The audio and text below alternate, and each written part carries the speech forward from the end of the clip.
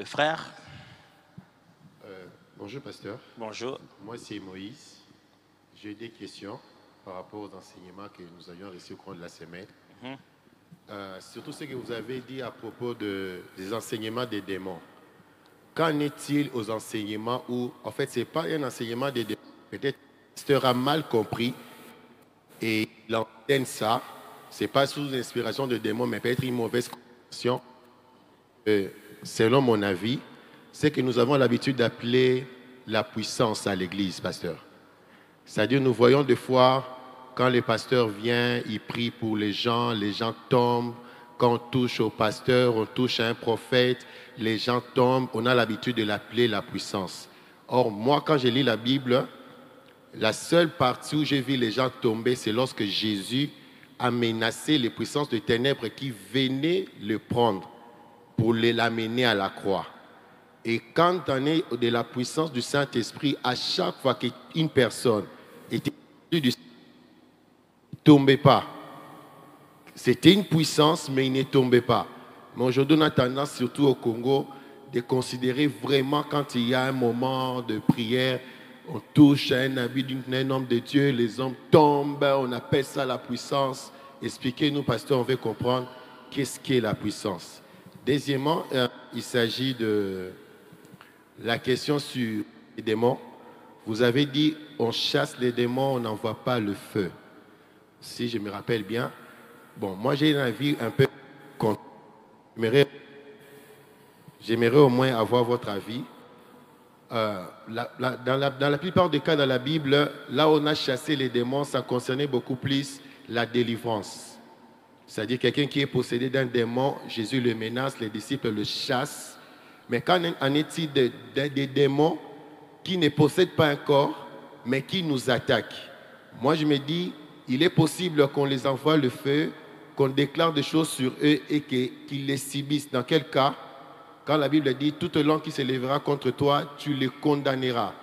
Donc, on est en mesure d'être dans un état de juge et déclarer des choses qui les atteindra et ils subiront. En deuxième lieu, la Bible dit, il nous montre dans Corinthiens 6, 2 Corinthiens 6, qu'on a des armes offensives et défensives. Donc, qui a trait aussi à faire mal à l'ennemi. Quand bien même ils attendront les derniers jours pour subir le jugement de Dieu. Alors ça, c'est mon avis. J'aimerais au moins, pasteur, vous puissiez un peu m'éclairer là-dessus. Super, donc il a déjà posé 3 questions. Le pasteur Yolande vient de venir. Est-ce qu'on peut l'accueillir? Très bien. Elle était d'elle déjà, elle devait fixer une ou deux choses. Bienvenue, pasteur Yolande. Tu as constaté qu'on a des polos et tout. Moi aussi, j'ai constaté qu'on avait des polos. Voilà, bon, ok, ben voilà. Mais pasteur Yolande a récupéré la parole. Donc, puisque tu récupères la parole, première question qu'on a posée. Non, je récupère la parole pour vous poser des questions afin que vous puissiez répondre. Sinon, je ne saurais pas répondre aux questions. Alors, nous avons, docteur, 3 questions. Il y a la sœur qui a posé la question sur les types de films qu'il faudra regarder, je pense. Est-ce que ces films n'influencent pas nos capacités à voir et tout? Et puis, il y a aussi le frère qui a posé des questions. Je n'ai pas su saisir exactement parce que j'étais encore... J'ai écrit. Oui, là, vous êtes encore les MC, alors... Là, à l'époque, j'étais les MC. Les MC, oui. Merci beaucoup pour les 2 questions. J'aimerais commencer par la question de la sœur. Existe-t-il, parce qu'elle est partie du fait que la peur peut être aussi un point de départ, est-il possible, existe-t-il donc des programmes que les chrétiens devaient regarder, parce qu'on a fait mention de certains programmes à la télé qui peuvent être source de beaucoup de peur.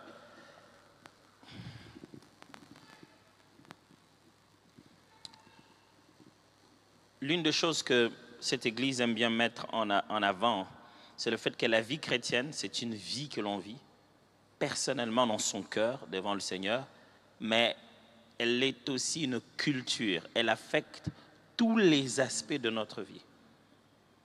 Ce qui signifie que quand vous entrez dans une boutique d'habillement, il y a un rayon que vous n'irez pas. Il y a des habits que quand vous les tirez, vous le regardez et vous le remettez. Pas parce que ce n'est pas beau, mais parce qu'il y a un certain niveau, des tailles, des formes dans cet habit qui ne respectent pas le principe de la foi chrétienne sur la manière de s'habiller. Donc, ça, c'est une chose qui est applicable partout.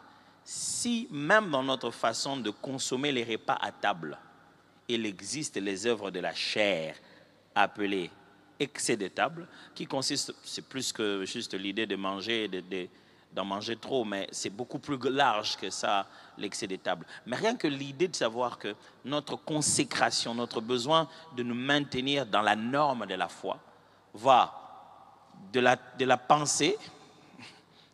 Jésus dit, vous avez appris qu'il a été dit, tu ne commettras pas d'adultère. Moi, je vous dis que celui qui regarde une femme et pense, si c'est déjà même dans ce niveau de la pensée, tous les aspects de la vie de l'être humain,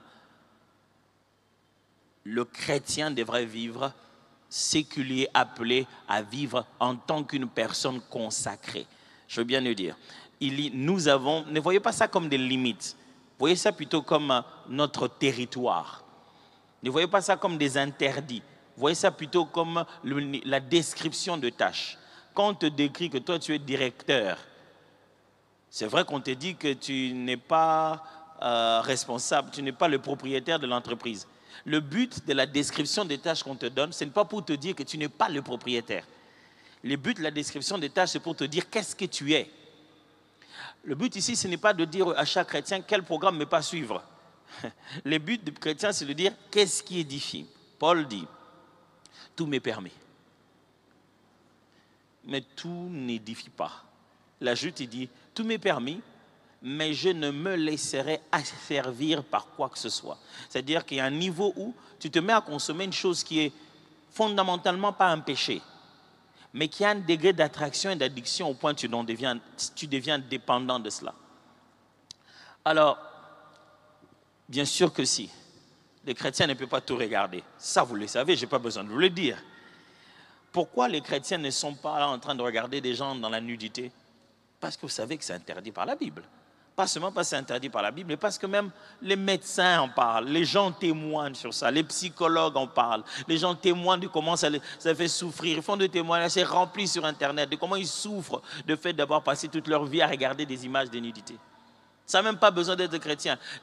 Les interdictions ou bien les choses que Dieu nous demande de ne pas faire, ça n'a rien à voir d'abord avec le fait d'être chrétien.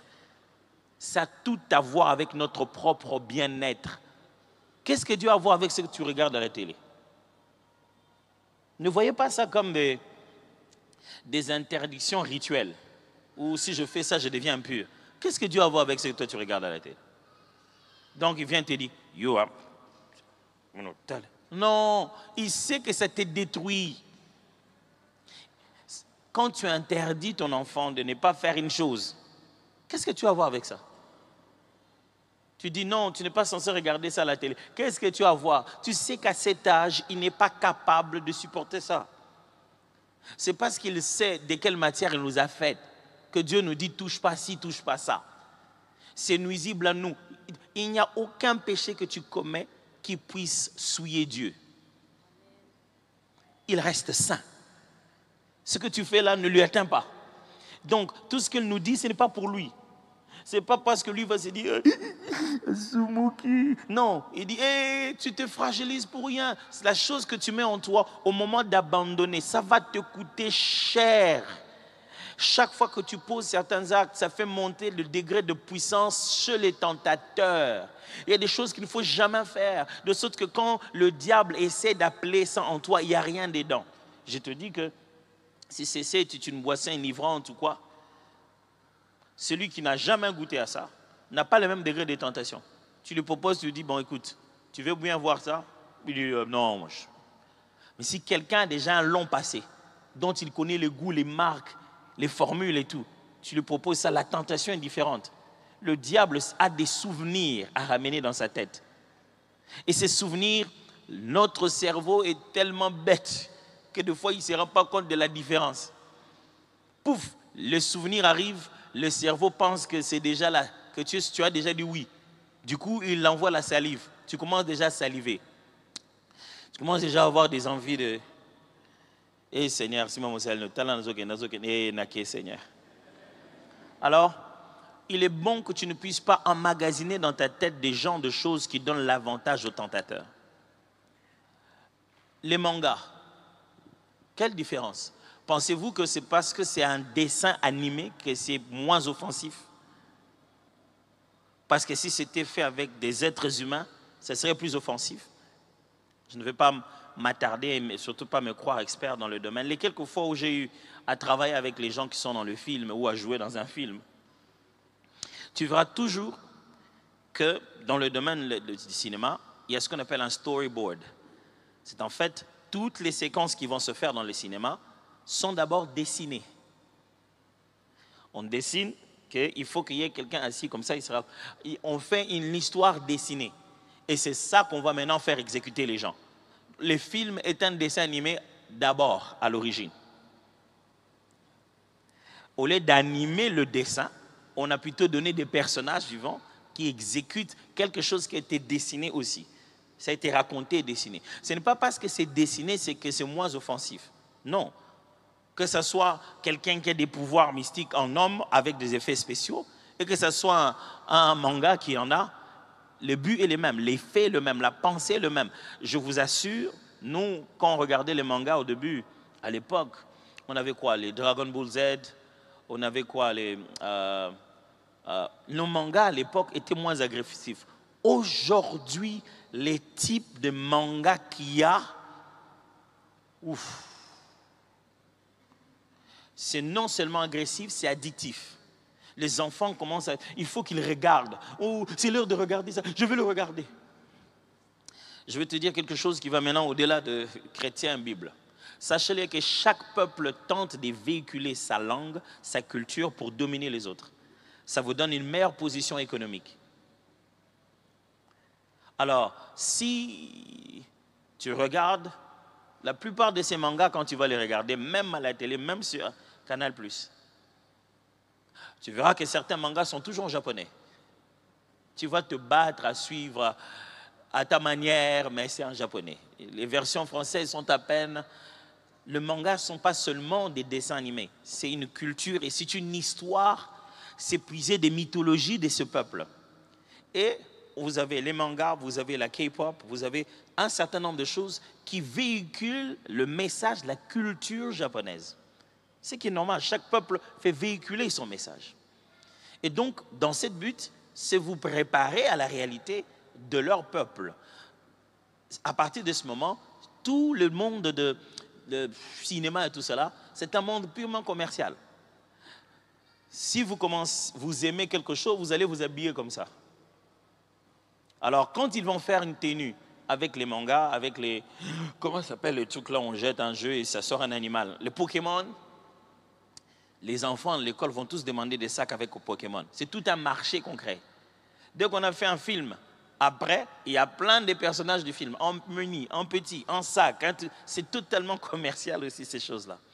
Alors, vous, en tant que chrétien, vous savez que derrière chaque inspiration artistique, derrière chaque œuvre artistique, il y a de l'inspiration. Je vais le dire comme ceci. Les artistes sont fondamentalement des prophètes des âges. Je n'aimerais pas utiliser le mot prophète. Je vais le dire, je vais peut-être utiliser un mot un peu plus séculier. Les artistes sont des médiums, c'est-à-dire ce sont des gens par lesquels le monde des esprits s'exprime. Ça, j'ai utilisé un terme générique. Mais dans la vie, quand quelqu'un dans l'art, c'est quelqu'un qui est obligé de puiser dans l'invisible, dans les spirituels pour s'exprimer. Les artistes fonctionnent fondamentalement par l'inspiration. Soit-elle humaine, soit-elle diabolique, soit-elle divine. Ils ont tout le temps besoin d'exprimer par une peinture, par un film, par une chanson. Ils expriment un autre esprit. Ils expriment leur état d'esprit, ils expriment l'état d'esprit de quelqu'un d'autre, ils expriment un esprit qui les anime ou quoi que ce soit. Donc, derrière chaque œuvre d'art, il y a un état d'esprit. Je ne veux pas d'abord dire un démon, non, non, non. Il y a un état d'esprit et il y a une spiritualité derrière. Alors, il y a une éducation spirituelle derrière ces choses-là. Ne pensez pas toujours aux choses qui font peur, comme des mangas, ainsi de suite. Il peut y avoir des choses simples, normales. Un film normal, belle histoire. mais ça véhicule des principes de vie contraires à la parole de Dieu. La plupart des films pour lesquels les gens baissent les gardes, ce sont les films d'histoire d'amour, d'histoire des familles et des vengeances. À l'intérieur, c'est fait. Histoire d'amour interdit. Quelqu'un qui aime quelqu'un qui n'était pas censé aimer. Ou un frère ou un ami, ou tout ça, bien le petit frère ou de son mari, quoi. Que de l'amour interdit parce que l'industrie des films amoureux fonctionne avec des fantasmes. Ils mettent tout ce qui est impossible à faire, ils les rendent possibles. Comme ça nourrit vos fantasmes. Parce que vous vous dites, ça, je ne peux pas le faire dans la vie normale. Alors tu te projettes dans cet individu. On dirait que tu m'as amené dans un domaine trop grand.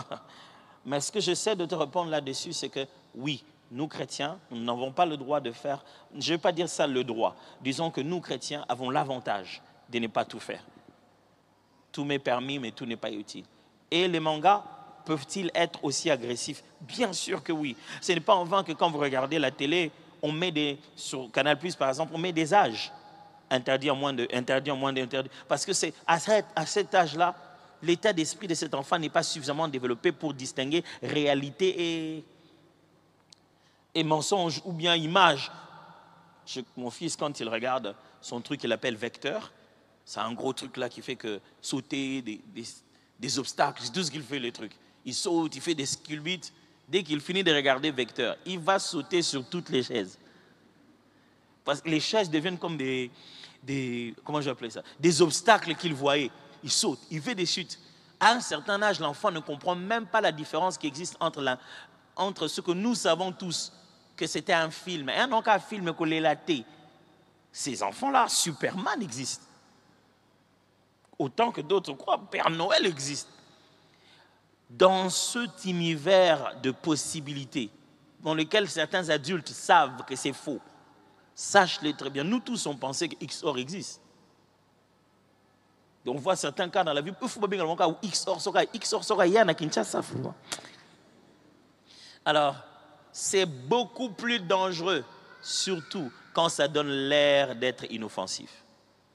Il faut bien retenir ça. Alors mon frère a lancé des sujets intéressants. Quand je dis les dimanches au sujet c'est quand nous avons lu ensemble les dimanches au sujet de la doctrine des démons. La Bible parle de la doctrine des démons. C'est des séductions et de l'hérésie qui sont enseignées dans le but réellement de détourner le peuple. Mais toute hérésie n'est pas toujours une doctrine des démons. Chaque fois que quelqu'un n'enseigne pas une vérité comme elle est censée être enseignée, ça peut fondamentalement être par rapport à la limite de sa connaissance ou alors à son ignorance, à la mauvaise information qu'il a reçue. Et quelqu'un peut avoir enseigné quelque chose pas bien avant et avec le temps, il corrige. Ça demande un peu d'humilité, juste de dire, voilà, je n'avais pas bien compris avant. Du coup, c'est une grosse responsabilité d'enseigner les autres. Donc, comme tu étais en train de dire, il existe donc aussi une façon de présenter des vivres. Je vais t'utiliser des termes plus techniques. En théologie, on aime utiliser les termes orthodoxie et l'autre orthopraxie. L'orthodoxie fait penser au fait d'enseigner la droiture de la parole dans l'enseignement, la droiture de l'enseignement, de la doctrine. Et l'orthopraxie, c'est la droiture du vécu, de comment pratiquer cela, comment vivre. Autant on peut expliquer que c'est ça la puissance de Dieu, ça signifie ceci. Mais dans les vécus, il y a des vécus qui sont, je ne veux pas dire interdits, mais qui sont hérétiques. Les gens dépassent les bornes. Ou bien les gens sont partis dans une chose qui ne produit pas d'effet. Mais parce que l'émotion est là-dedans. Et je vous assure que ce n'est pas chrétien ça d'abord. Il n'y a pas que le christianisme qui a plusieurs doctrines ou hérésies. Il y en a dans toutes les religions. Dans toutes les religions où ils disent voilà ce qu'on enseigne, il y a toujours quelqu'un qui vient et qui fait plus, qui fait moins ou qui amène les autres dans une mauvaise direction. Donc ce n'est pas une affaire liée aux églises ou aux chrétiens. Donc il est possible qu'au niveau de l'orthopraxie, les gens pratiquent mal un enseignement. Ou les gens pratiquent, quand je dis mal, ce n'est pas parce qu'ils sont toujours en train de faire plus, mais il y a aussi des gens qui ne font pas. C'est une mauvaise pratique. qui disent que bon, l'Esprit de Dieu, ces histoires-là, non. Et c'est eux qui pratiquent mal la vérité. Vous avez fait référence à la notion de la puissance, comment il est utilisé. Et vous avez fait référence au texte de la Bible en disant que la seule fois où vous avez vu quelqu'un tomber dans la Bible avec Christ, c'était le jour où on est venu l'arrêter. Alors j'aimerais quand même vous prévenir sur une chose. Du point de vue de l'orthopraxie, ce n'est pas dans la Bible que vous trouverez chaque témoignage de la manière dont Dieu se manifestait. La Bible, surtout le Nouveau Testament, est clair en lisant Jean. Jean dit, Jésus-Christ a fait beaucoup d'autres choses qui ne sont pas écrites dans ce livre. Et si on devait écrire un livre, même le monde ne pourrait pas contenir. C'est-à-dire sur la manière dont certaines choses sont vécues. Elles ne peuvent pas être vécues copier-coller de la Bible. Impossible. Parce que dans la Bible, on n'a pas mis tous les cas. C'est-à-dire qu'une chose peut être vécue, un moment tu te dis, ça c'est incroyable. Le plus important, c'est les témoignages de l'Esprit et la vérité des principes bibliques qui s'appliquent là-bas. Mais tu ne peux pas dire à quelqu'un que non, quand la puissance de Dieu te touche, tu ne peux pas tomber. Non, non, non. Mais est-ce qu'il est vrai que les gens ne débordent pas? Je te dis, les gens, ils débordent dans tout. Revenons dans le fait que tu as présenté de Gethsémane. Dans Gethsémane, Jésus, il n'y a pas eu une confrontation spirituelle. Ils sont venus, ils ont dit, nous cherchons Jésus. Il dit, c'est moi. Et il tombe. Il ne les a pas attaqués. Il tombe comme ça. Toutes les fois qu'il tombe, c'est parce qu'il leur a dit que c'était lui. Juste une puissance sortait de lui, boum, il tombait. Et la Bible n'avait pas pour but de décrire les tombées, elle avait pour but de décrire les guérisons. Vous regardez Luc, vous regardez Marc, la Bible dit, Jésus arrivait à un endroit, tout le monde commençait à le toucher parce qu'une puissance sortait de lui et les guérissait. On a eu des cas de personnes de possession démoniaque qui sont tombées et qui ont commencé à écumer, épilepsie ou quoi que ce soit, par la puissance de Dieu. Puissance n'est pas égale à tomber. La puissance de Dieu peut opérer sans que les gens n'aient besoin de tomber. Est-ce qu'il y a des l'excès dans l'affaire? Oui, il y en a, certainement. Mais vous ne pouvez pas dire que puissance ne fait pas tomber. C'est ça la Bible. Vous ne pouvez pas dire que la puissance de Dieu est incapable de faire tomber quelqu'un ou ne devrait pas faire tomber. Ou non, non, non, vous n'avez pas le droit de dire ça. Mais vous ne pouvez pas non plus dire, pour montrer la puissance de Dieu, les gens doivent tomber. Ah non, ça n'en est pas le signe. Vous ne pouvez pas affirmer que tous ceux qui tombent par la puissance. Surtout ça, je peux moi oser vous dire que très souvent, ce n'est pas par la puissance. C'est soit l'effet des surprises, soit mentalement il est déjà préparé à ça. Mais la puissance de Dieu, si tu veux me demander si la puissance de Dieu peut faire tomber quelqu'un, absolument que oui. Le fait tomber pourquoi? C'est ça la question. Le fait tomber pour faire une œuvre ou juste pour montrer qu'il était debout et il est tombé parce qu'il y avait une puissance. J'ai vu la puissance de l'électricité faire tomber. Et c'est puissant.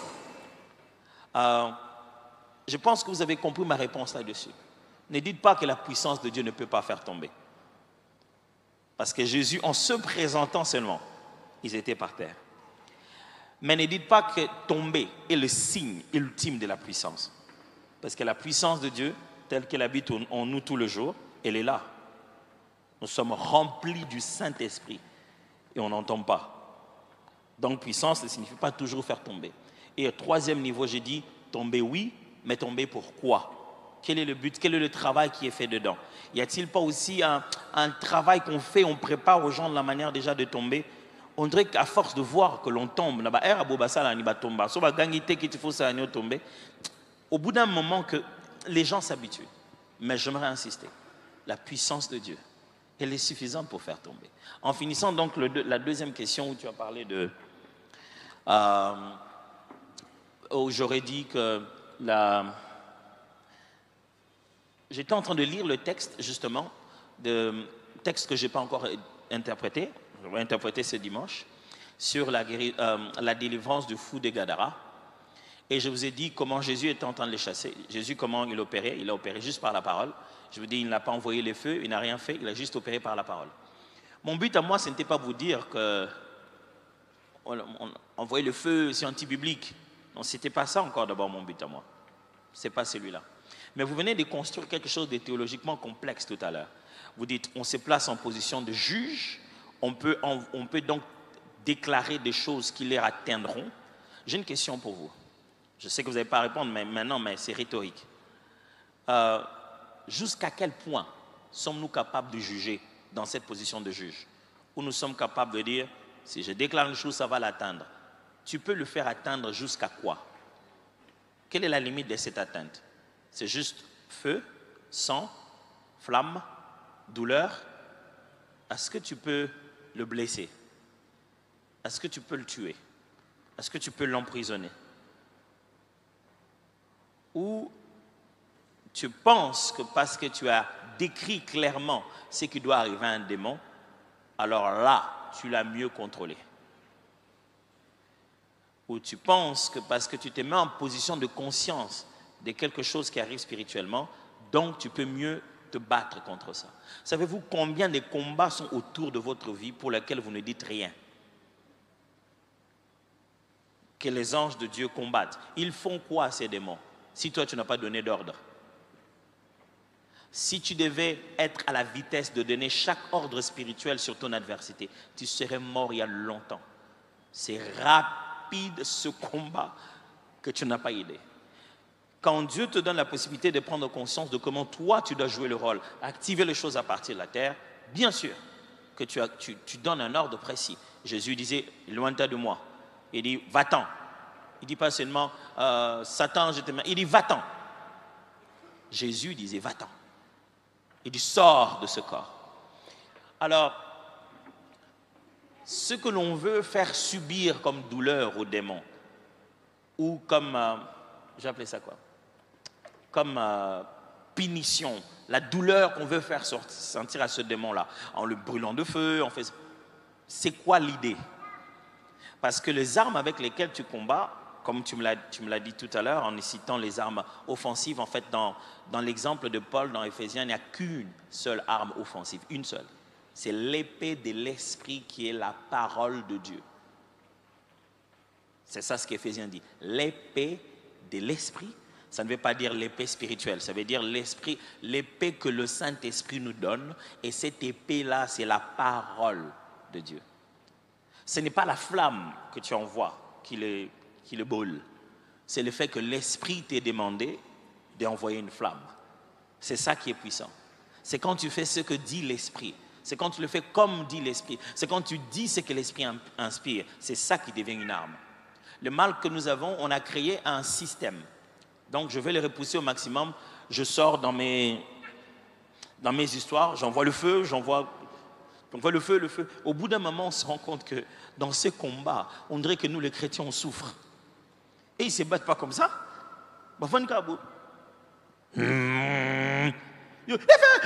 Et qui a peur?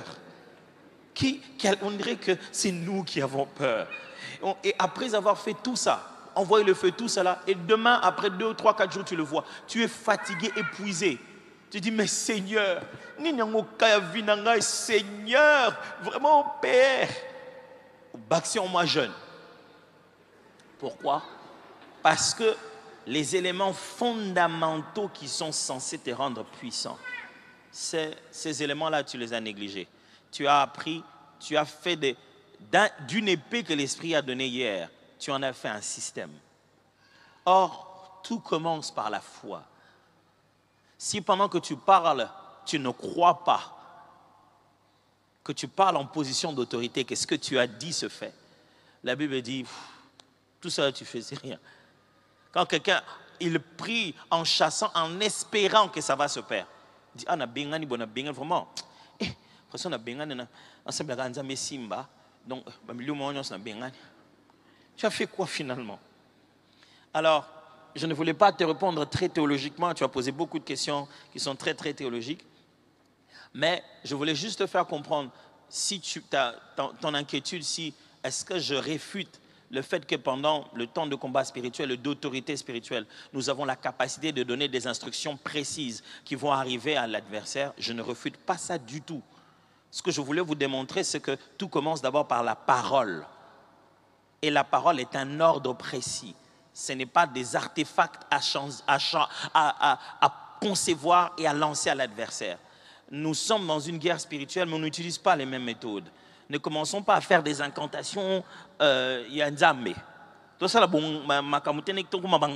tout ça, kindoki, Nzambe. Il y a de la place pour ça quand c'est l'épée de l'esprit.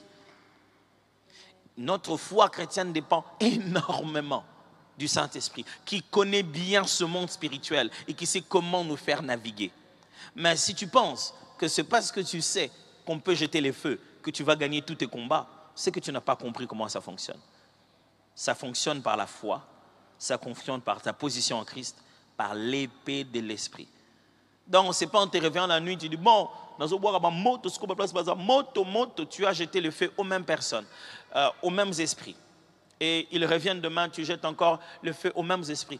Et bazikaka, et quoi, apemenda kimi, et ça fumogène, et ça nibit, non, ça nini. La meilleure chose que nous puissions faire aux esprits mauvais pendant ce moment, c'est de gagner territoire et de les bouter dehors.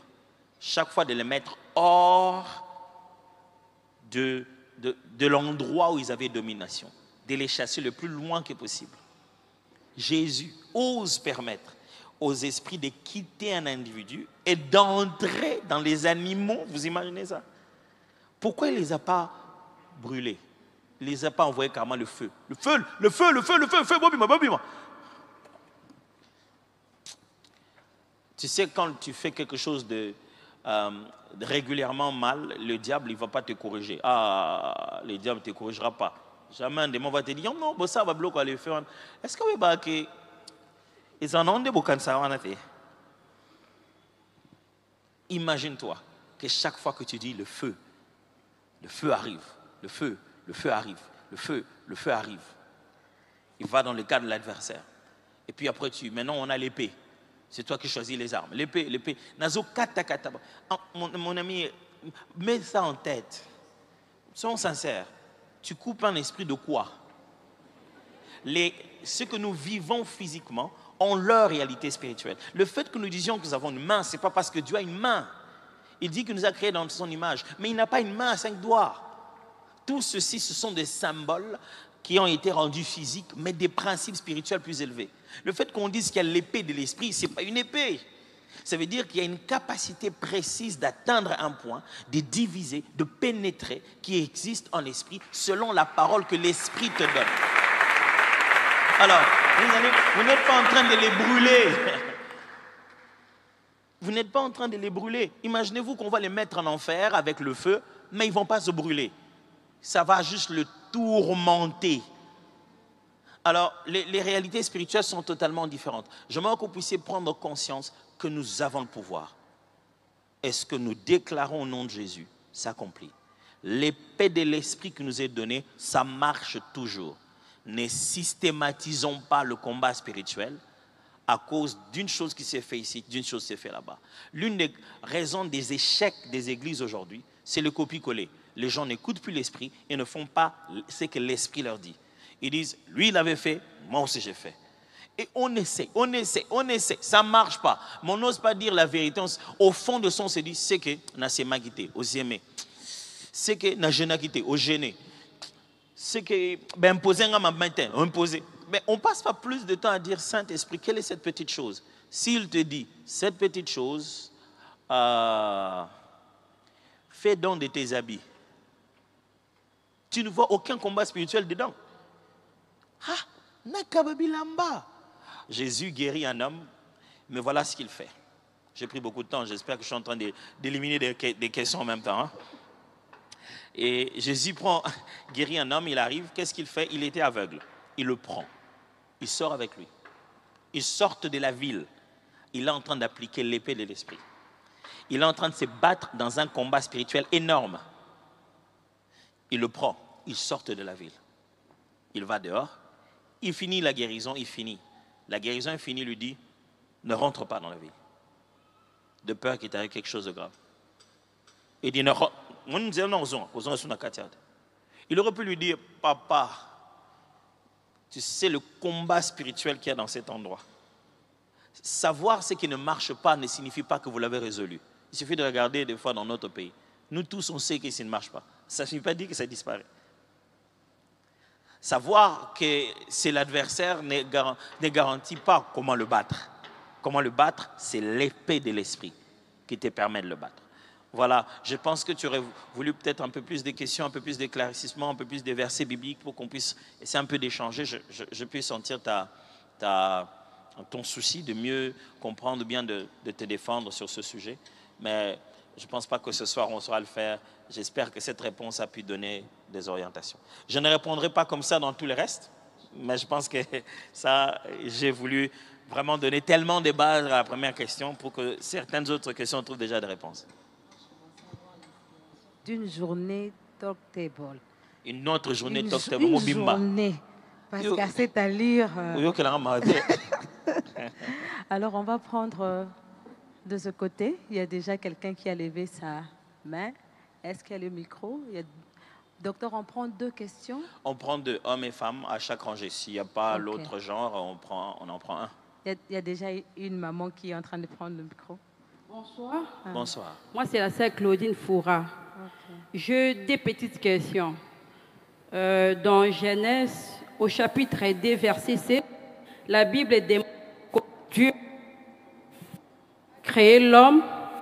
Il a formé l'homme par la poussière, par la terre, et puis Dieu a soufflé dans l'homme. Je suis en train de poser la question, pourquoi la Bible ne démontre pas comment l'âme a été créée? Je voulais savoir, est-ce que souffler dans... Ça veut dire aussi... Est-ce qu'on peut l'aider avec... on peut arranger ça? Je voulais savoir, c'était son esprit, en même temps c'était l'esprit de Dieu qui a créé l'esprit de l'homme et l'âme de l'homme. Pourquoi la Bible ne nous montre pas comment l'âme a été créée? Et pourtant, c'est l'âme qui cause beaucoup de choses.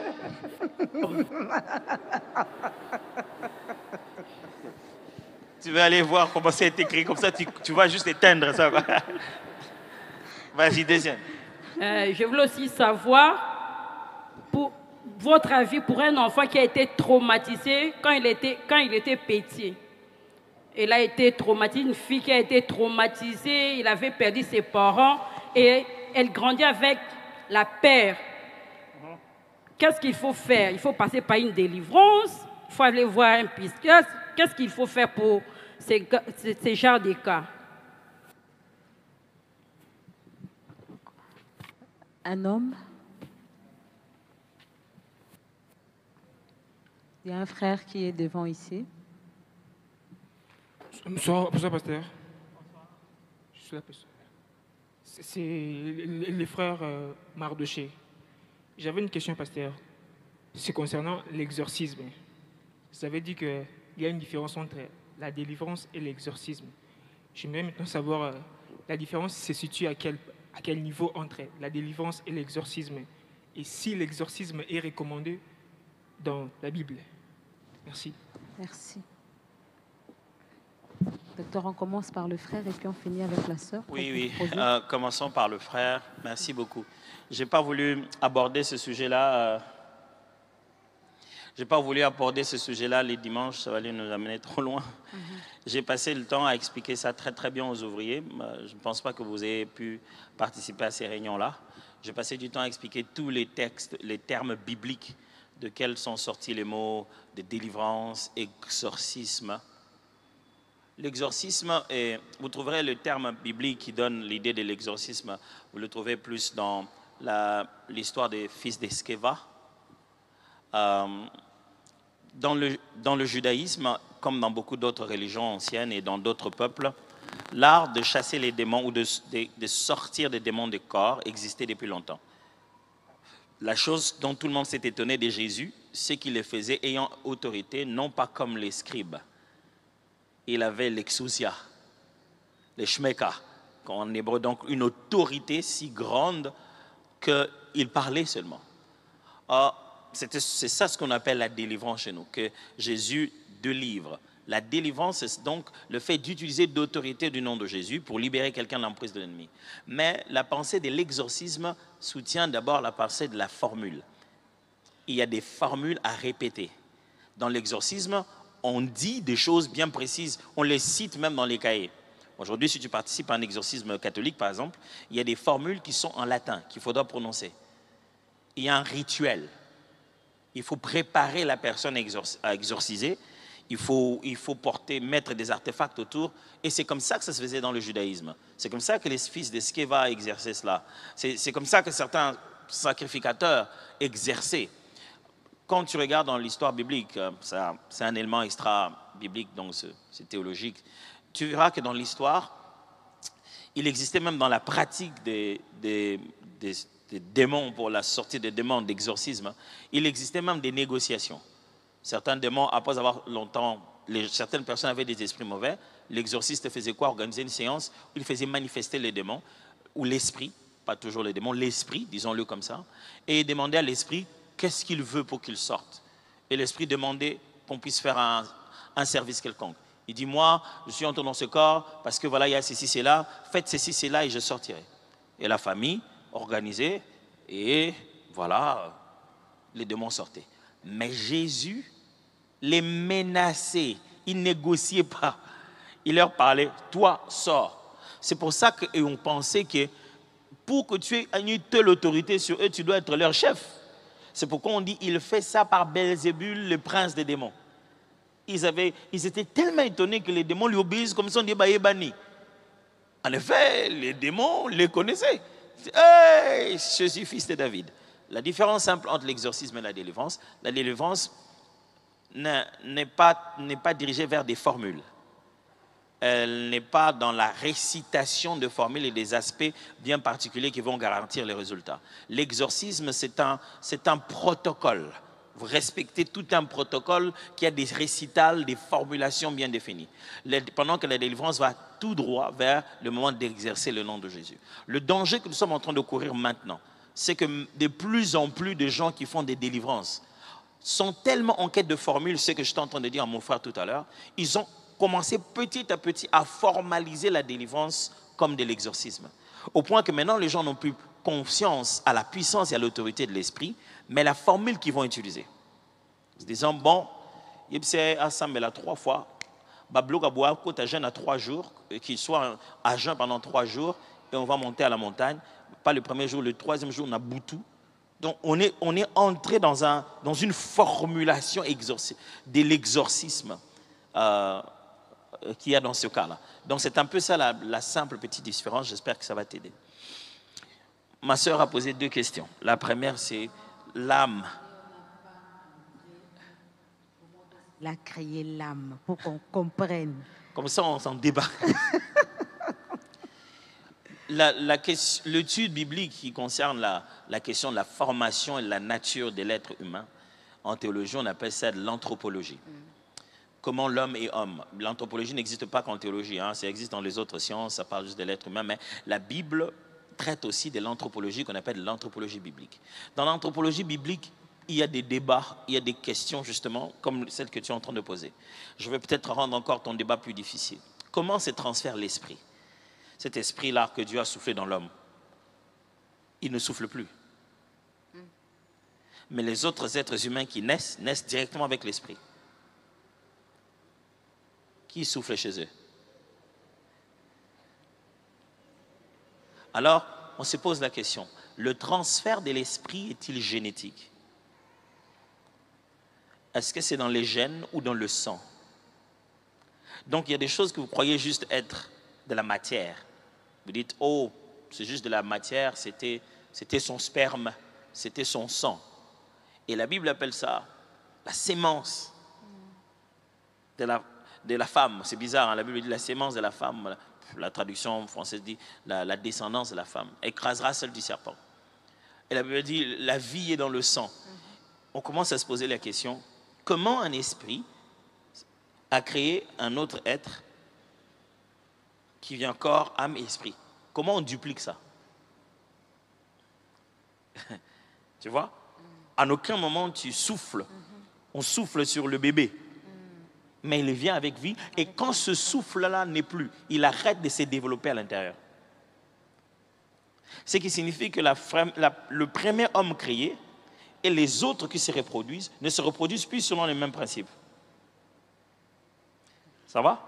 Le premier homme qui est créé, il est créé, on fait la terre et on souffle et il fonctionne. C'est l'ancêtre. Après, la façon dont lui s'est mis à donner la vie dans le reste, on a l'impression maintenant que esprit, corps et âme fonctionnent simultanément au même moment. L'enfant ne commence pas d'abord par se former dans le sein de sa mère et puis après on va souffler. Non, c'est déjà une âme vivante. Et si ce souffle s'en va pendant que l'enfant est dedans, il stoppe de grandir.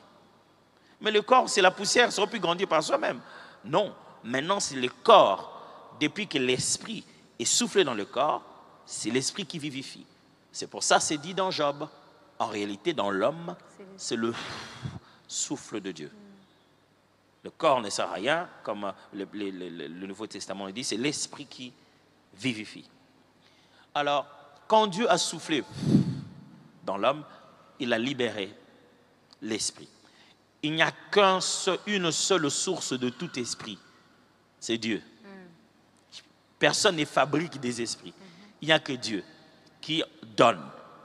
Et là, il a soufflé de la même nature que lui, même esprit qui est en lui, il a soufflé dans l'homme. Il nous a créé l'esprit qu'on commence à appeler l'homme, mais c'est l'esprit que Dieu a soufflé. C'est pourquoi il appelle ça son image. Ce n'est pas ce qu'on appelle l'esprit de Dieu, le Saint-Esprit, mais l'esprit que l'homme a vient de Dieu. C'est pourquoi la Bible dit Dieu jalouse l'esprit qu'il a placé en nous. Ça veut dire que Dieu aime tellement et qu'il protège ça jalousement. C'est la même nature que moi. Alors, voilà ce qui arrive. Le débat entre alors psychologie, théologie, est-ce qu'il y a vraiment une différence entre esprit et âme? Quelles sont les véritables limitations? Nous croyons fortement à l'existence de l'esprit, mais ce n'est pas tout le monde. Certains ne croient pas à l'existence de l'esprit. Ils croient qu'à l'existence de l'âme, ce qu'on appelle en grec le psyché, psyché si vous voulez. C'est-à-dire, c'est la partie qui fait la psychologie, la partie immatérielle, intellectuelle de l'homme, la partie qui réfléchit, qui fait fonctionner le reste. C'est un peu comme je vous expliquais demain, que l'homme est fait aussi hier plutôt. Oh, c'était pas hier, hein? C'était dimanche. Que l'homme est fait de l'homme intérieur et de l'homme extérieur. Alors d'autres considèrent seulement dans l'intérieur là-bas, il n'y a qu'une seule chose qu'on appelle le psyché. Or, les termes sont trois. Il y a le soma, qui veut dire le corps, il y a le psyché, qui veut dire le côté psychique ou l'âme, et il y a le pneuma, qui veut dire l'esprit. Alors, au moment où il semble, je ne veux pas affirmer des choses, la Bible ne donne pas avec précision non plus, à ce moment-là, Dieu créa l'âme. Mais il est sûr que lorsque l'esprit, le jour où Dieu souffle, comme tu as donné les textes, il souffle dans le corps, la Bible donne la conclusion, il dit, souffle de Dieu plus corps poussière, ce que l'homme devient n'utilise aucun de deux termes. Il y a le terme souffler et puis il y a le terme poussière, mais la combinaison quand ces deux-là se font, il y a un autre terme qui vient. La Bible dit alors là, l'homme devient une âme vivante. Tu as lu ça certainement. C'est-à-dire que on dirait que dans le besoin de faire fonctionner le corps apparaît cette particularité de l'âme. Mais quand vous étudiez très bien le sujet de l'âme, vous vous rendez compte que l'âme porte les expressions des attributs de l'esprit. Quand tu veux dire que tu aimes, il y a un sentiment qui vient avec, qui se trouve au niveau de ton âme. Mais l'amour n'est pas émotionnel. L'amour est un caractère spirituel. Raison pour laquelle il est en Dieu. Dieu est amour. Or, Dieu est esprit.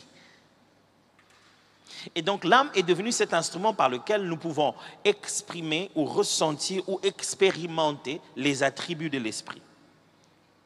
Mais c'est aussi devenu cet instrument par lequel on peut influencer ou faire entrer de nouvelles choses qui peuvent empêcher aussi à l'esprit ou qui peuvent aussi endommager l'esprit. Notre âme a été créée pour faire asseoir le caractère, pour que ce que nous devenons, nous puissions en vivre l'expérience de les devenir. De sorte que quand tu es capable de te dire, on a changé, J'ai beaucoup changé. Hein. Avant, j'allais m'énerver, exprimer ma colère. La colère, mes amis, est un attribut spirituel que Dieu peut exprimer aussi. Mais pour que nous puissions l'exprimer, nous, on a besoin du côté émotionnel de cet attribut. Et le ressenti de la colère vient, c'est pas seulement une chose que tu ressens au niveau de ton âme. Le corps y répond par un processus biologique qui lance l'adrénaline, qui fait tous ces tralala là. Ce n'est pas toujours l'âme qui est ton problème. C'est l'interprétation que l'âme fait de ce qui se passe dans le corps, ou bien le dio de comment le corps réagit de ce que lui a dit l'âme. On dit non, mais vraiment, je me sens traumatisé. Parlons du trauma puisque vous en avez parlé. Quand une personne dit qu'elle a subi un trauma, c'est un processus psychologique, c'est une réalité psychologique. C'est-à-dire que quelque chose a été d'une intensité émotionnelle si forte que ça s'est gravé dans son souvenir au point que chaque fois qu'il est proche de la même situation, tous les souvenirs, pas seulement le souvenir, mais même l'état d'esprit que cela a produit revient en lui. C'est-à-dire que c'est comme un copier-coller. C'est-à-dire que quand il est encore devant une chose qui ressemble à ça, comme il avait réagi, whoop, tout ça revient. D'exactement de la même manière. Pourquoi? C'est quelque chose ce n'est pas seulement un processus émotionnel, c'est aussi un processus physiologique. L'âme lui dit, même si ce n'est pas la même personne. Vous savez, vous avez déjà eu ça, hein, quand on voit, chef, mais prof anglais. Tu vas avoir les attitudes que tu avais sur le prof d'anglais chaque fois que tu vois ton prof, chaque fois que tu vois ton chef. C'est-à-dire, ça lance un message, ça c'est du déjà vu, fais ça. Le corps réagit. Maintenant, tu as envie de déceler ça. Voici le remède. La Bible dit dans le livre aux Hébreux, la parole de Dieu est une épée à double tranchante, suffisamment sharp, how do you say in French, suffisamment aiguisée pour séparer jointure et moelle, âme et esprit. C'est pour ça qu'on vient à l'église. Parce que la parole va commencer petit à petit à donner un nouvel ordre à ton système corporel. Il va commencer à lui donner un autre message. Je ne suis plus cette fille-là. Si tu vas voir un psychologue, la psychologie a plusieurs tendances, près de 4 à 5 fondamentalement. Chaque psychologue va pouvoir te traiter d'une manière différente. Si tu vas chez ceux de la psychodynamique, la théorie freudienne, ils vont te montrer qu'il faut rentrer dans le passé, il faut chercher dans le subconscient. Aujourd'hui, au milieu des psychanalystes, ils font même la technique de l'hypnose. Donc, ils te mettent dans un état second pour parler au vrai toi à l'intérieur. Ça, autre chose. Mais tu rencontreras aussi c'est de la neuropsychologie, tu rencontreras aussi de ce qu'on appelle la psychologie comportementale, les cognitive behavior therapy. Ceux-là, ils vont te démontrer qu'il faut déprogrammer quelque chose dans ta connaissance qui va changer ton cycle comportemental. Il se rapproche un peu de ce que dit la Bible. La Bible dit, et je le répète, vous connaîtrez la vérité et la vérité vous affranchira. Le fait que ce trauma reste, c'est qu'il y a un mensonge que le diable continue à nourrir, qui doit être remplacé par une vérité qui doit être dite continuellement. Cette vérité doit être dite si continuellement qu'elle va devoir dépasser ce mensonge. C'est pourquoi repasser la parole de Dieu dans son cœur, lire, écouter la parole, pas les prédications, la parole, c'est intéressant. Je vais te donner un exemple simple de moi-même pour finir. J'ai souffert de ma santé pendant que j'ai dirigé l'église, hein, comme vous me faites souffrir comme d'habitude là. Non, c'est avec joie que je fais ça. Et j'ai tellement souffert de ma santé, j'avais un problème des nerfs sciatiques. Il semblerait que par un mouvement, un faux pas, certains de mes nerfs se sont mis au milieu entre les os. Et à certains mouvements, quand ça touche les os, ça fait bizarre, mal. Ne sachant pas vraiment ce que c'était, j'étais allé à l'extérieur du pays, je suis allé faire des examens. Malheureusement, j'étais parti seul, pas malheureusement, disons que j'étais parti seul. Personne n'a pu m'accompagner. D'ailleurs, ça a dû être après un exousia, aux alentours du mois de février. Donc, je suis reparti seul. Je suis allé faire les examens. Et on devait me faire un IRM. Tu vois, le truc qu'on te fait entrer comme un corps en train d'aller te faire incinérer. Et il n'y avait pas que mon problème physique. J'étais sous une menace spirituelle incroyable. Alors donc je viens pour faire l'IRM, on est là, relax, on parle avec la dame d'ailleurs, elle me met à l'intérieur, mais quand elle me lance, je te dis, je suis comme ça, comme elle a dit là, comme je venais de lui donner l'exemple, j'ai l'impression d'être en train d'entrer dans une tombe. Elle me met dedans, je panique, je ne savais pas que je pouvais faire une crise de panique. Mon souffle, je dis, sors-moi d'abord, mais sors, je dis, mais c'est quoi l'affaire? Dit, c'est la première fois. Je dis, la première fois, ouais. Et dit, bois un peu de l'eau, tourne. Je fais les 100 pas. Je dis, quand même, mais franchement, je fais les 100 pas, et je reviens. Elle me fait encore, ça ne marche pas.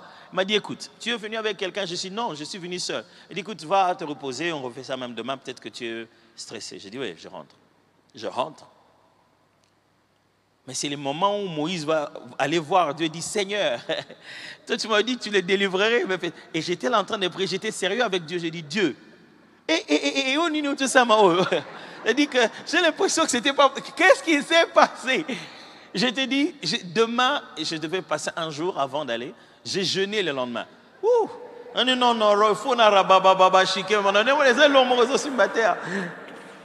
Et pendant que je priais, je dis, Seigneur, qu'est-ce qui se passe? Et l'Esprit de Dieu m'a donné une image.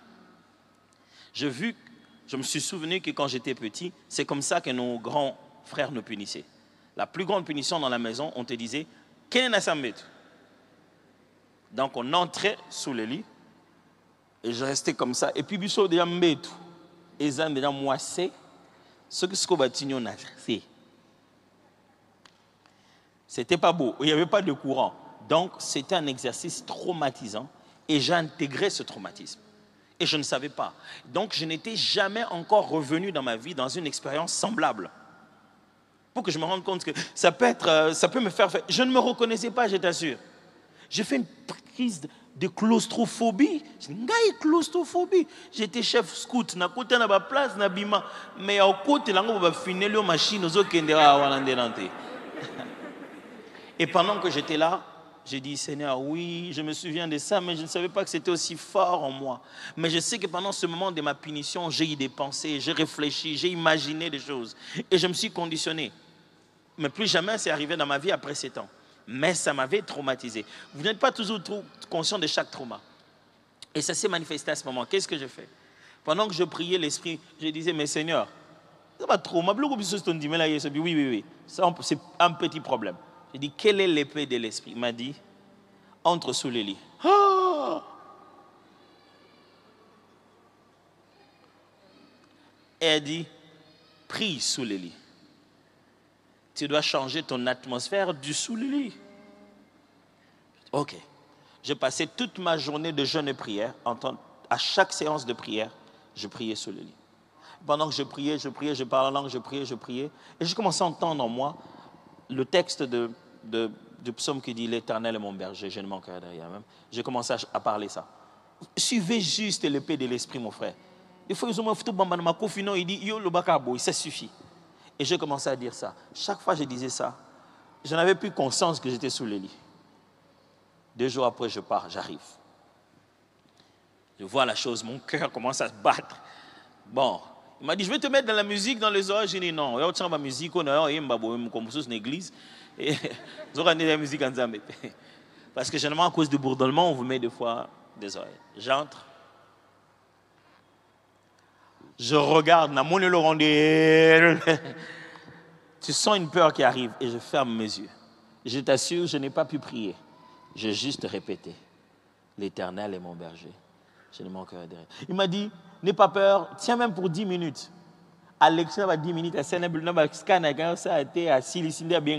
tu peux sortir, non, fini, non, sors, c'est bon. J'ai dit, c'est bon, tu en as eu suffisamment. Il dit, oui, j'ai tout fait. Je me suis dit, waouh, qu'est-ce qui s'est passé? Les traumas, ça se guérit. La parole de Dieu, l'épée de l'Esprit, ça change tout. Amen, amen. Alors, docteur, il ne reste que des minutes. Toute une journée. Mon papa. Alors là, je vais prendre 2 questions de nos amis en ligne. J'ai vu qu'on a beaucoup plus posé des questions sur le premier culte. Voyager léger, oui. Alors, on est vraiment habillés en Salela Bongo. Franchement, on a fait la forte Entre promo nous, de Salela Bongo. Vraiment. Donc là, je vais prendre des questions qui ont trait à Salela Bongo, si vous me permettez. Ok. Il y a 2 questions, et même un bien-aimé, le frère Olivier Vardo, qui a posé sa question en lingala. Oh, Donc, tout bien voir ça. Il y a le biboye. Bah toi, 3e culte basalia wa. Voilà. Tout bétalement ma beaucoup pour la cause.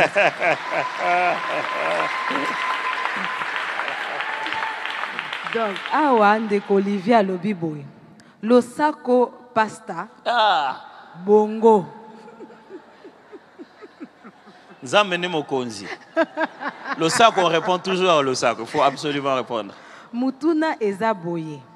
Na ndenge nini ya salela bongo, ndenge nini kosalela ngo na oyo etali misolo kati ya foyer. Oh. Pe po ete couple ezosala boni. Docteur, c'est quand même difficile. Bakoki kosalela bongo na misolo. Comment est-ce que couple kosalela bongo na misolo? Ok. Maintenant, là, je dois répondre en lingala, normalement. Oui. Bon. Si. Ndeko nangai, Olivier, na losako pesi, ya nonanga, nzamene mokonzi.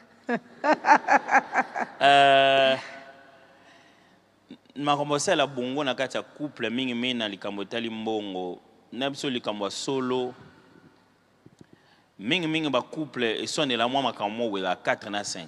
So ba sonne likambo ya sexualité te mwana so basone lo ba yebsote mona ba siliki même to lobelo te so basone likambo ya belle famille te so basone likambo ya ba camarade akalate c'est que ko swana na ta mutu na mutu aboya basone mbongo ezelo moko couple faut gérer vraiment net bo gérer entreprise ça na gestion. Bisonde na Congo ba kolisa bisote ko calculer ko komana papier. Et bien là ba couple ça soka ba no komana papier et comme il manque de confiance. Mon bal na kamata pesa ngam a commis pe na papier. Ah. Na commande ordinateur kasi. Idée ya ko koma ya ko organiser bande konanga eza pona ko tala lobby. Fuboye baka. Bozo dépenser ka combien? Batebele Baza, Congolais moyen, à vivre toujours au-delà de moyen. Le lot qu'on a même fait on arrête beaucoup. Il a signé bien. Au tel salaire né à 200, déjà à Luanda quoi 150. À foutre le petit frère de Minerval. Et après ça moi c'est argent de poche. Na salaire à 200, ça m'a commandé une. Réponse de M. Zahara. Ngolo Nanzafé. Il dit que franchement, mais c'est en même temps aussi signe que des fois il y a un désordre. Au moins, on dirait que vous gagnez comme bon au même salaire. Même bon, on gagne kawana, ozouakana, oba kabeli, oba. So yebine ni pas au gérant. Au cause se rendre compte que nous avons pas molo bandakal. Bande qu'on a bikam ou multiplication et ça m'a nama pas mi bimbate et ça m'a pas ndambakata. Nous avons multiplié morceaux de pain. Alors, dans le couple, le premier conseil à couper, c'est bien gérer aussi les morceaux de pain. Et là, si que boye qu'on peut qu'on s'angisa que loko ils a salaire. Parce que des fois, dans le couple, ils ont fin du mois, ils ont l'homme suppose oui, ils ont salaire, ils ont cadeau mo boye, ils ont mission mo boye. Généralement, tu as tendance à aussi n'importe comment autozoana, business zo, mutema na salaire.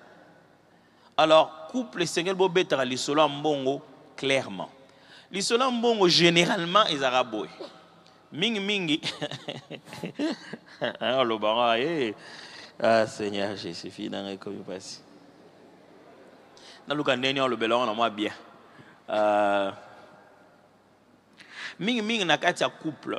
Et Seigneur le que moi, si, aïe, pour dépendre na yo. Et c'est là dépendre na aussi il y a un des rôles ba pesa biso na ko dépendre ye awa ayo ko dépendre na yo yeba ke ata salaka ata aya ape na mbongo. Mbongo na yo, eza mbongo na ye. Amen. Wana kuti yango te ezela na. Amen. Pasteur, ba frère na bide ya botu na question bon na ye, eza mbongo na ngate. Réponse eza mbongo na ye, eza mbongo na bino. Mbongo na yo, eza mbongo na ye.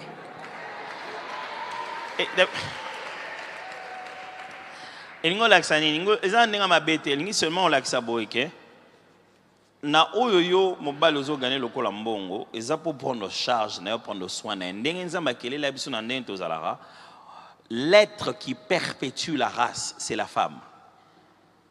So tonisi mibale belé na mokili. Ovandi bat ba ko mebele te. So baksi mwasi moko bat babando baksam. Wow. L'être qui perpétue la race, qui assure la continuité. L'être qui est chargé de l'héritage. Amen. C'est la femme. C'est ce qui fait que lorsque Isaac a vieilli, il est sur le point de mourir, il demande. Il dit, Isaïe, il n'y en a pas molao. Mais la femme, Rebecca se souvient, quand j'avais la grossesse, on m'avait dit, ils sont deux, mais c'est le petit qui doit être avant. Et c'est pour ça qu'elle n'a pas été maudite. Jacob lui dit, mais si on fait ça, elle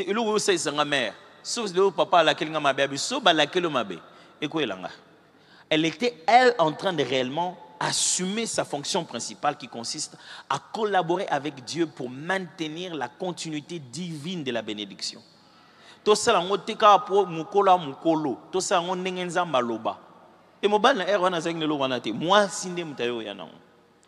moi si azana rôle ne makasi na kati ya couple. Ce qui signifie que mingi na makambo etali ndengini ya kokanisa pona lobi na biso nyonso. Nzamba pesa makanisi mo boye.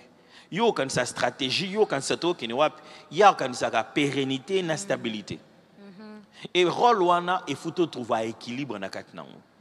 Oyo ngana sosola mingi na ba couple na ona tangi eloba mingi bo.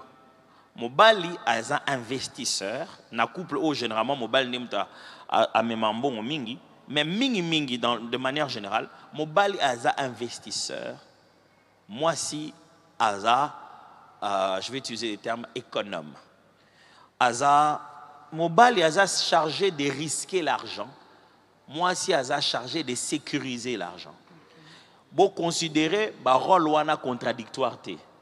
L'homme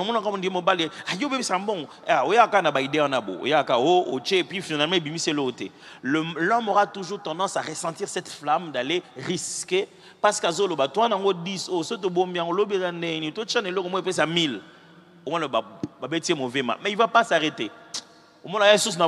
Du coup, vous aurez toujours tendance dans un couple que l'homme, celui qui vient toujours être dépensier, il n'est pas dépensier, il a la mentalité de l'investisseur. L'homme est très mal à l'aise quand il ne sait pas qu'il a pensé, quand il n'a pas encore réussi à établir un système où ils ont fait fonctionner à venir lobby. Et ça m'a donné. Alors, façon qu'on résout le problème, ils ont placé l'eau au et ça l'a moko. Il y a $10 000, l'opportunité pour que $10 chaque fin du mois équipé bana. Madame, moi, ça c'est l'opportunité, n'est pas risque. Moi, si je suis un PC, ma coquille à cause là, il faut un protecteur, ou sécurisé, auto gagner. Ok, au gagner combien 10, au tiki combien? Au 1. Ah, papa, tika ta 3, risqué nan. Moi, si je suis un poil là qui ok. Okoko risquera te nyonso. Il faut na plan moko ya backup mobo. Donc il y en a moi si à cause la toujours na tendance à dépenser beauté. Moi et bilo ba qualité wana eza contradictoire te. Il y a un équilibre à couple. Reconnaissez que ce que lobby alors toujours dans le sens que ngana moi si dans des fois na pesi mbongo siko. Et puis na sengé a peu melinga. Mes chéris, on peut bon zata, bon zata nini na pesa que te wana za mbongo pesa nga DS na check on dia na compte na kene sous na ba banque as master nga akutu mona aïe non chéri kolona na mbongo tenga maman mbongo te wapi Mais on a pensé qu'on a tant avant une enveloppe pour un an. Et puis qu'on a bossé un coup de une enveloppe. C'est-à-dire que ceux qui sont payés, premier but, tout bossé non, ils ont assusté. Parce que si on a bossé non, mais tout couple fonctionne comme ça. Il faut qu'on, quand c'est l'heure de l'investissement, qu'on reconnaisse qu'il y a rien à baïda bongo. Mais tant qu'on investit, reconnaître on a besoin d'assurer barrière non. Il faut battre là quelque chose. Alors l'isolé tel mbongo c'est la bongo na couple. Tout couple doit avoir ces deux choses, de l'épargne et de l'investissement. Et faut bombaka et puis faut besoin de risque et on gagnera plus parce que mon aussi la valeur n'a pété. Et nakat épargne c'est pas seulement financier. Épargne beaucoup épargner à travers des investissements matériels.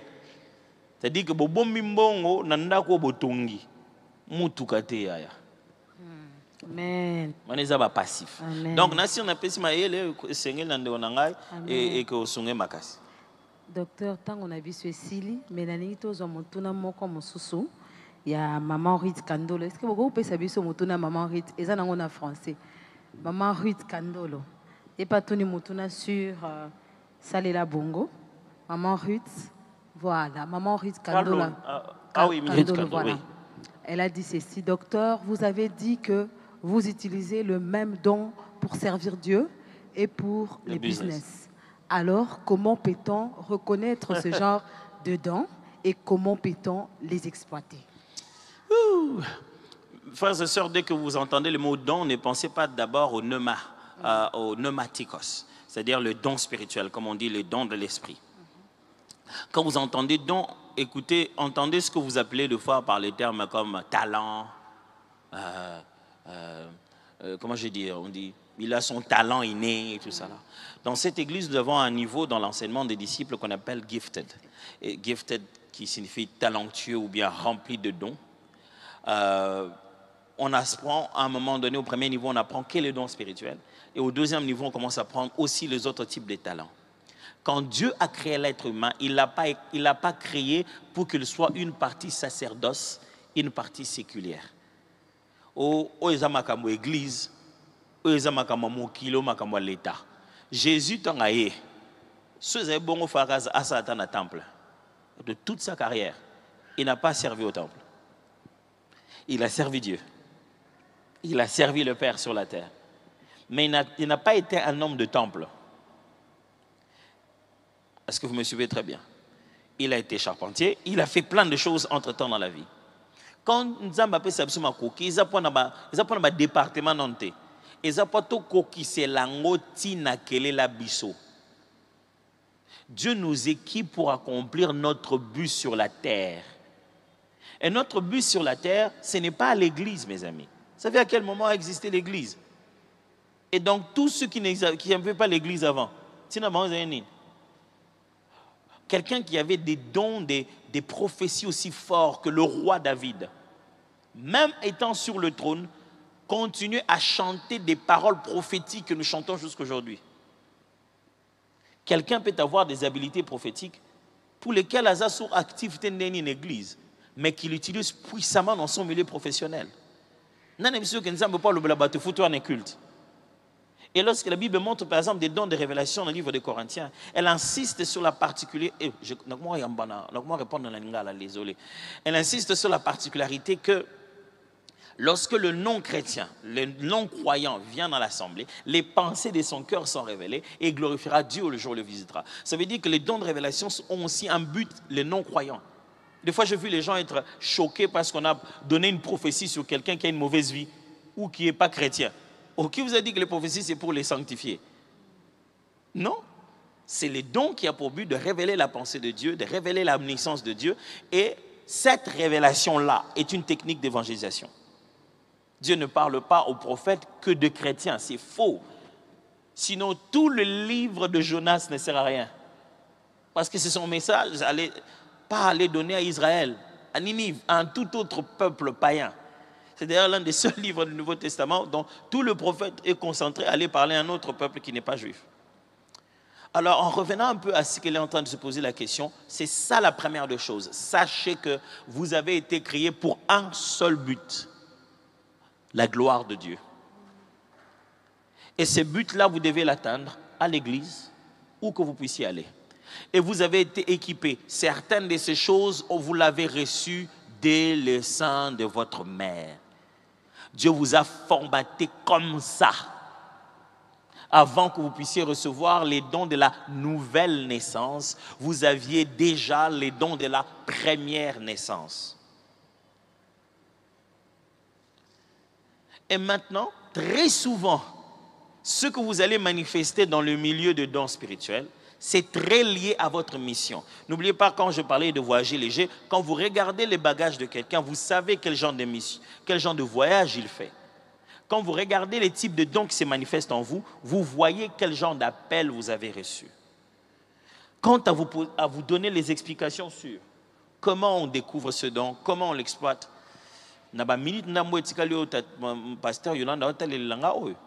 je ne pense pas que je réussirai à expliquer tout ça. Peut-être que vous voulez un témoignage de moi, de comment moi je fais ou qu'est-ce qui s'est manifesté, pourquoi. Mais j'aurais peur de faire de moi le modèle et j'aurais peur que je limite vos potentiels à ma petite expérience à moi. Mais je pense que le besoin se fait sentir de plus en plus de parler de comment découvrir ses talents, comment découvrir son appel, comment servir Dieu dans tous les aspects de sa vie, pas seulement à l'église. Comment savoir que nous avons des gens locaux. Une chose que j'aimerais vous dire comme grand conseil, lorsque vous découvrirez comment vos dons spirituels sont connectés à tous vos autres talents, vous allez très vite décoller dans la vie. Et c'est parce que les autres dehors ne comprennent pas comment leur spiritualité est connectée à leur talent et à leur intellectuel. C'est pourquoi ils vont chercher d'autres formes de spiritualité. Parce qu'il est impossible de réussir dans le monde professionnel sans un apport de spiritualité. Il y a les premiers de la classe, mais à côté de science mystique.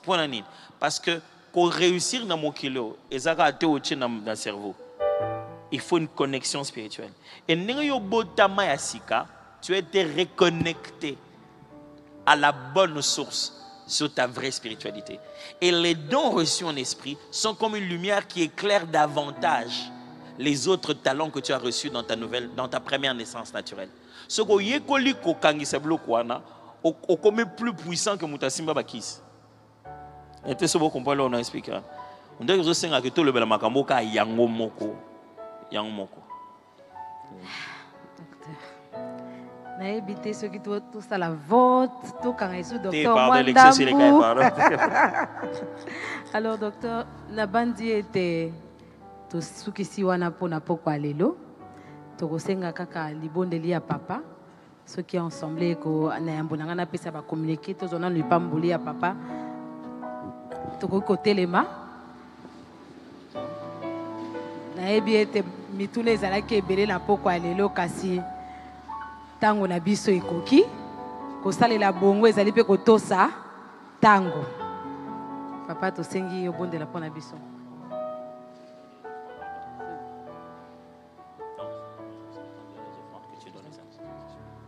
Alors je suis sûr que vous avez préparé vos offrandes, préparez-les, je vais prier, après on va aussi les mettre en même temps. Et on va les mettre et pendant que le pasteur va donner les quelques annonces qui nous restent.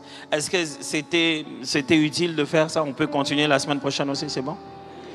N'hésitez pas de rencontrer un de pasteurs si vous avez une idée. On nous avait proposé une idée merveilleuse, c'est d'utiliser une plateforme qui vous permet à vous tous de poser vos questions directement. Dans le téléphone, normalement, pas de questions posées sur tout le monde. Il y a que tout est 2 ou 3. Donc, mercredi prochain, tout ça est là-haut. C'est très facile. Tu as un numéro, OK. Il y a une application, il faut télécharger. Il y a un chiffre, il y a Internet, il y a une plateforme, un slide. Allez, au moni, allez, on poser la question. Ce qui fait que les autres, ils sont bang, bang, papa. Et c'est aussi là, une fois, on dirait. Et ben, ils sont en bas mort comme ça. Et là, tout ça, là, 2 personnes. Tu comme écoute, oh, t'es là. Binoti, n'a pas mercredi, n'a pas comment t'es. Tu vas soit. Nous avons un thé on est mercredi prochain, on va vendre à terre. Mercredi prochain, donc, on va tourner à Bino. Tout ça. Dieu de toute bonté, notre Père, merci. M'asseoir sur cette chaise et recevoir les questions de mes frères et sœurs avec tremblement. Je me dis, mes phrases, mes tournures, je peux causer plus de mal que j'essaye même de causer le bien. Tous ceux qui ont causé du mal dans le cœur et dans les esprits des gens, ils n'en ont pas eu l'intention. Ils ont mal utilisé les vocabulaires ou bien ils ont été mal compris. Ce que nous faisons tout à l'heure, nous venons de faire tout à l'heure, est très dangereux. Mais nous t'avons fait confiance. Et jamais on te demande une chose pour que tu nous en donnes une autre. Jamais on te demande du pain et que tu nous donnes une pierre. Parce que tu es un Père responsable. Nous savons que tu nous as amenés ici pour parler à nos cœurs. Et je te prie, Seigneur, apprends-nous comment nous débarrasser dans notre esprit. Je te prie, donne-nous une église où les gens sont légers, prêts à l'enlèvement à n'importe quel moment, où la conscience est calme, parce qu'on s'est allégé. En rentrant chacun de nous dans sa maison, fait qu'au-delà des mots, au-delà des paroles et de certaines questions qui ont reçu réponse plaisent à Dieu, l'Esprit de Dieu qui nous enseigne dans le cœur de chacun la vérité qui reste éternelle. Au nom de Jésus. Amen. Venons donner nos offrandes.